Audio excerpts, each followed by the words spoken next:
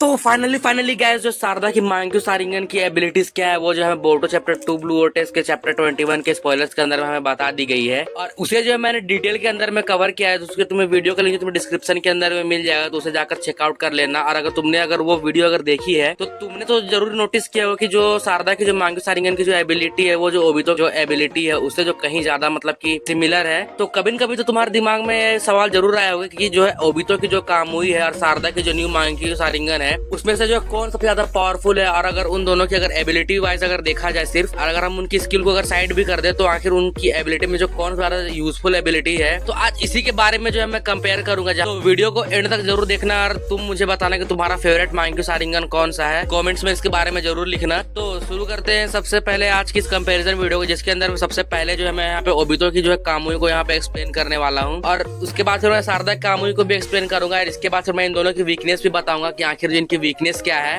और लास्ट में मैं अपना ओपिनियन भी दूंगा कि आखिर जो इसमें से कौन पावरफुल है। तो वीडियो को एंड तक जरूर देखना। तो स्टार्ट करते बिना किसी बकचोदी के। तो अगर हम बात करें ओबितो कामुई की, तो वो जो है उसे एक स्पेस टाइम पोर्टल का जो एक्सेस देती है, जिसे कामुई डायमेंशन कहते हैं। ये ओबितो की जो मांग्यू सारिंगन उसके लिए एक एक्सक्लूसिव डायमेंशन है। और अगर इसकी बात करें तो इसकी जो है आई है, इससे जो है क्लोज कॉम्बैट के साथ साथ जो लॉन्ग रेंज के अंदर बहुत तगड़े अटैक्स जो है किए जा सकते हैं। और ये जो एबिलिटी है ओबितो की एक परफेक्ट डिफेंस और ऑफेंस के लिए जो बहुत ज्यादा परफेक्ट है। और दोनों ही आईज जो है ओबितो की उसकी पावर जो हल्की सी अलग है, क्योंकि अगर तुम्हें याद हो कि ओबितो के पास में सिर्फ जो एक राइट आई थी और इसी के दम पे उसने जो मिनाटो लेजेंडरी कैरेक्टर उसे टक्कर दिया था और अकेले जो है कोनोहा विलेज के अंदर में जाकर उसने जो है 9 टेल्स का अटैक किया था। इसके अलावा फिर जब फोर्थ ग्रेट निंजा वार के अंदर में भी जब नारुतो, माइट गाय, काकाशी और बाकी सारे कैरेक्टर जो है मिलकर जो है ओबितो से लड़ रहे थे, फिर भी जो उसे हैंडल नहीं कर पा रहे थे। इससे पता चलता है कि उसकी आखिर एक ही आई की एबिलिटी की ज्यादा खतरनाक है। और अगर बात करें ओबितो की दूसरी आंख की, तो दूसरी आंख को जो जैसे तुम्हें पता है काकाशी के पास में थी, और काकाशी ने भी जिसे बहुत तगड़े तरीके से यूज किया था, जहाँ पे उसने जो है इस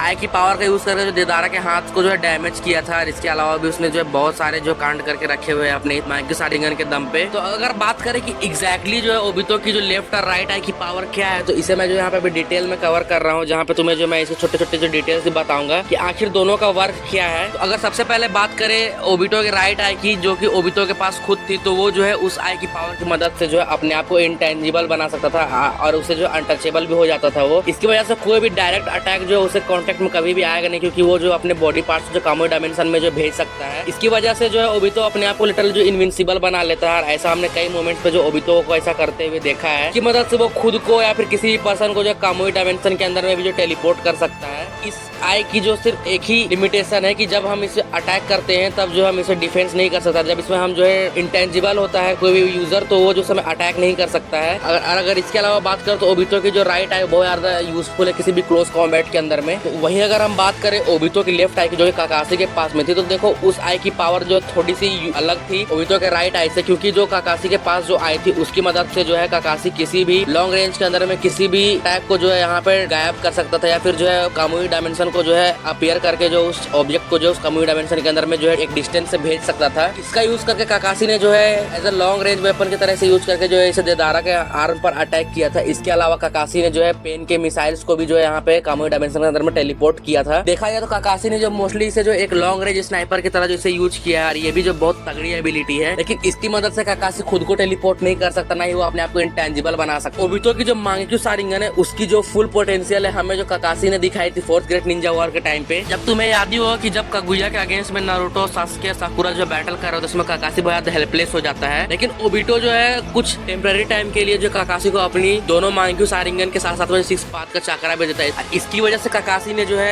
ओबितो की जो मांग्यू सारिंगन है उसका जो फुल पोटेंशियल यूज किया था, और उसकी पावर्स का यूज करके लिटरली उसने कागुया जैसे गॉड टियर कैरेक्टर्स को भी जो यहाँ पे डैमेज किया था, जो कि काम करने में जो है नारुतो और सास्के भी जो फेल हो गए थे। तो इससे पता चलता है गाइस कि ओबितो का जो मांग्यू सारिंगन वो कितना ज्यादा ओवर पावर्ड है। वही दूसरी तरफ अगर हम बात करें शारदा के मांग्यू सारिंगन की, तो उसकी भी मांग्यू सारिंगन की एबिलिटी जो हमें लेटेस्ट चैप्टर के अंदर में दिखाई गई है वो बहुत ज्यादा तगड़ी है। और हाँ, अगर बात करें कि शारदा के मांग्यू सारिंगन की जो एबिलिटी जो उसने यूज की थी चैप्टर 21 के स्पॉयलर्स के अंदर में, तो उसका नाम क्या है? उसका जो नाम है गाइस वो है ओहिरुमे। और अगर तुम जानना चाहते हो कि ओहिरुमे का मीनिंग क्या होता है, यहाँ पे तुम देख सकते हो कि ये जो है सन गॉड अमातेरासु को जो है यहाँ पे एक अनदर नेम जो कि रिप्रेजेंट करता है। और हाँ, ये वही गॉड है जिसका इस्तेमाल किसिमोटो ने जो है इटाची और सास्के की मांग्यू सारिंगन की एबिलिटीज को जो है यूज करने के टाइम पे किया था। और हाँ, ये चीजें जो है सास्के और इटाची से भी कनेक्टेड है। और अगर बात करें सारदा के मांग्यो सारिंगन की एबिलिटी की, तो तुम्हें याद ही होगा कि जब चैप्टर 21 के अंदर में सारदा ने अपनी मांग्यो सारिंगन का यूज किया था, तब उसने भी जो है एक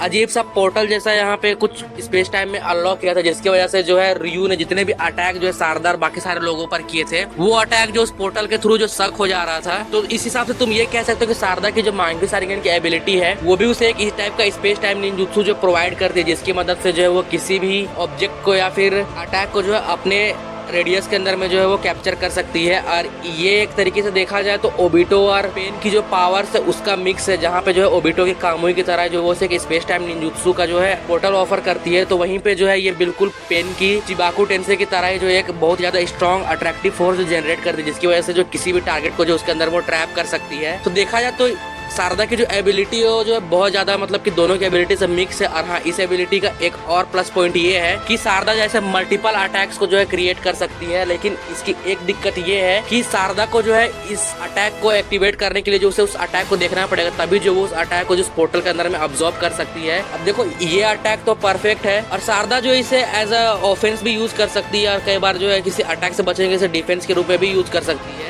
और अभी भी जो है सारदा की मांग्यो सारिंगन के फुल पोटेंशियल को और उसकी एबिलिटीज को जो है अभी यहाँ पे बताया नहीं गया है, लेकिन अभी तक जितना भी बताया गया है उससे ये तो पता चलता है कि सारदा की जो मांग्यो सारिंगन वो one of the best and broken abilities जो है सारदा को प्रोवाइड करती है। और अब अगर हम बात करें कि ओबितो और सारदा की जो मांग्यो सारिंगन है उसमें से जो है सबसे ज्यादा पावरफुल या फिर सबसे ज्यादा यूजफुल कौन है, अगर अभी तक के अगर करंट सिचुएशन को देखा जाए तो मैं तो कहूंगा कि ओबितो की जो कामुई है वो जो है अभी भी सबसे ज्यादा यूजफुल है, क्योंकि उसके मदद से जो है यहाँ पे अटैक के साथ साथ डिफेंस भी किया जा सकता है और उसे जो है क्लोज कॉम्बैट के साथ साथ जो एक लॉन्ग रेंज के अटैक की तरह भी यूज किया जा सकता है। लेकिन अगर हम देखें सारदा की मांग्यो सारिंगन की एबिलिटी, तो उसे सिर्फ हमें जो एक लॉन्ग रेंज के अटैक में जो यूज किया जा सकता है, उसे जो क्लोज कॉम्बैट में यूज करना थोड़ा सा जो है मुश्किल होगा। इसी वजह से जो मुझे लगता है गाइस कि जो सारदा की जो मांग्यो सारिंगन है वो जो ओबितो के मांग्यो सारिंगन के सामने थोड़ी सी जो है यहाँ पे डल पड़ जा रही है। लेकिन अगर एबिलिटी वाइज देखा जाए तो सारदा की मांग्यो सारिंगन जो कहीं ना कहीं जो है ओबितो के मांग्यो सारिंगन से थोड़ी सी एडवांस है, और उसकी जो सेकंड आई की पावर भी जो अभी तक हमें बताई नहीं गई, तो हो सकता है कि फ्यूचर में जाके जो है वो ऐसी एबिलिटी को क्रिएट करे जो कि ओबितो की जो एबिलिटीज है मांग्यो सारिंगन की उसे भी जो सरपास कर दे। तो गाइस तुम्हें क्या लगता है, और तुम मुझे बताना गाइस कि तुम्हें जो है सारदा के मांग्यो सारिंगन और ओबितो के मांग्यो सारिंगन में से कौन जो है सबसे ज्यादा बढ़िया लगती है। अगर मेरा बताओ तो अभी तक जो मुझे पर्सनली जो है ओबितो की जो मांग्यो सारिंगन की एबिलिटी वो सबसे ज्यादा तगड़ी लगती है, इसकी मदद से जो अटैक और डिफेंस दोनों किया जा सकता है। तुम मुझे अपने ओपिनियन जो कमेंट में जरूर बताना गाइस। और अगर तुमने वीडियो यहाँ तो देखी तो गाइस तो तुम्हें वीडियो जरूर पसंद आएगी, तो प्लीज वीडियो को लाइक करके चैनल को सब्सक्राइब कर देना। और बाकी मैं तो मिलता हूँ सबसे ब्रांड न्यू के साथ। Thanks for watching.